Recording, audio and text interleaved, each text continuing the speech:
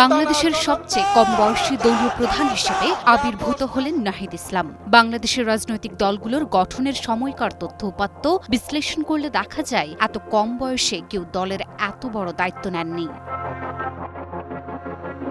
1948 সালে Pakistan communist party গঠন হওয়ার দিনেই পূর্ব বাংলা প্রাদেশিক কমিটি গঠন করা হয়। সেই কমিটির সাধারণ সম্পাদক ছিলেন 41 বছর বয়সী খোকা রায়। 1949 সালে পূর্ব পাকিস্তান আওয়ামী মুসলিম লীগের সভাপতি হন 69 বছর বয়সী মৌলানা আব্দুল হামিদ খান ভাসানী। আওয়ামী লীগ ছেড়ে ন্যাপ গঠন করেন 77 বছর বয়সে। 1972 সালে 27 বছর বয়সে জাসদের যুগ্ম আহ্বায়ক হিসেবে ASM আব্দুর রব এবং MA জলিল 30 বছর বয়সে নেতৃত্বে আসেন।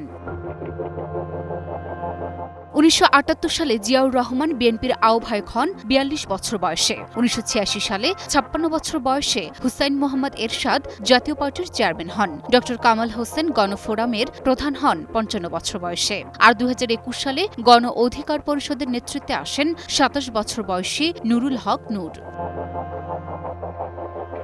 এদিকে মাত্র 26 বছর বয়সে সরকার থেকে পদত্যাগ করে রাজনীতিতে নাম লেখান নাহিদ ইসলাম। মাথায় লাল সবুজের পতাকা বেঁধে মাঠে নামা নাহিদ ইসলামের কাঁধেই উঠল জুলাই অভ্যুত্থানের বীরদের নেতৃত্বে গড়ে ওঠা নতুন রাজনৈতিক দল জাতীয় নাগরিক পার্টির দায়িত্ব। জুলাই বিপ্লবের নেতাকর্মীদের মধ্যে মতবিরোধ থাকলেও নাহিদ প্রশ্নে যেন সবাই এক কাতারে। আর তাই তো সবার সমর্থনের ভিত্তিতে নাহিদই হলেন দলের কাণ্ডারি। তরুণদের নতুন রাজনৈতিক দল জাতীয় নাগরিক পার্টির আহ্বায়ক হিসেবে ঘোষণা করা হয়েছে নাহিদ ইসলামের নাম। এর মাধ্যমে বাংলাদেশের ইতিহাসে সবচেয়ে কম বয়সে রাজনৈতিক দলের নেতা হিসেবে আবির্ভূত হলেন নাহিদ ইসলাম।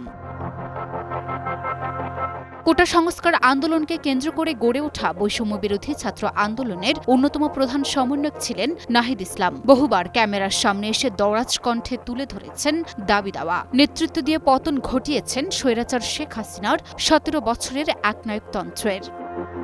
Luna Afroz Nipa, news 24।